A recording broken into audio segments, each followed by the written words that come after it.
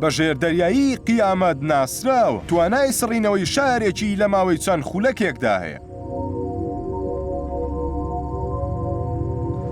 ژێردەریایی ئەتۆمی بێلگۆرۆد کە بە ژێردەریایی قیامەت ناسراوە یەکێکە لە گەورەترین ژێردەریایەکانی جیهان توانای دروستکردنی شەپۆلی سۆنامی و وێرانکەری هەیە لەلایەن رووسیاوە دروستکراوە و ڤلادیمیر پۆتینی سەرۆکی ئەو وڵاتە بە شێوەیەکی ڕاستەوخۆ سەرپەرشتی کار و جوڵەکانی دەکات. ئەم ژێردەریاییە توانای سڕینەوەی شارەکانی هەیە لە چەند خولەکێکدا و وەک ئەهریمەنێکی دەریا و زەریاکان و زەبەلاحێکی دەریایی نەبراوە وەسف دەکرێت. بەپێی هەندێک لە سەرچاوەکان هێزەکەی ئەتۆمیە و توانای دروستکردنی شەپۆلی سۆنامی هەیە. ئەمەش تەنها دەرەنجامی لافاوی توانا وێرانکەرەکانیەتی جگەل لەوەی تایبەتە بە هەڵگرتنی چەکی کوشندە کە جیهان پێشتر نەیبینیوە.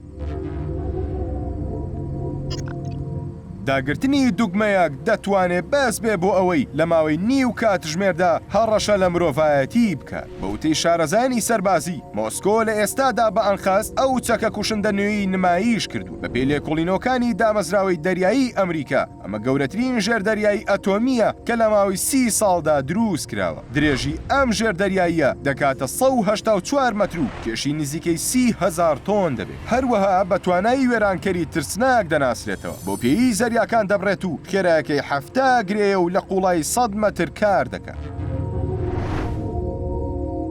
هێزە ئاگرینەکەی توانای سڕینەوەی تەواوی شارێکی هەیە و دەتوانێت تیشکی سۆنامی زەبەلاح دروست بکات کە بەرزاییەکەی تا 500 مەتر دەبێت. هەروەها دەتوانێت شارەکانی کەنار دەریاکان وێران بکات و بیان کاتە بیابان. ئەهریمەنی دەریاکان بێلگۆرۆد بە 2 ڕیاکتۆری ئەتۆمی تیار کراوە بۆ بەڕێوەبردنی. هەروەها دەتوانێت 100 مێگاتۆن بۆمبی ئەتۆم هەڵبگرێت.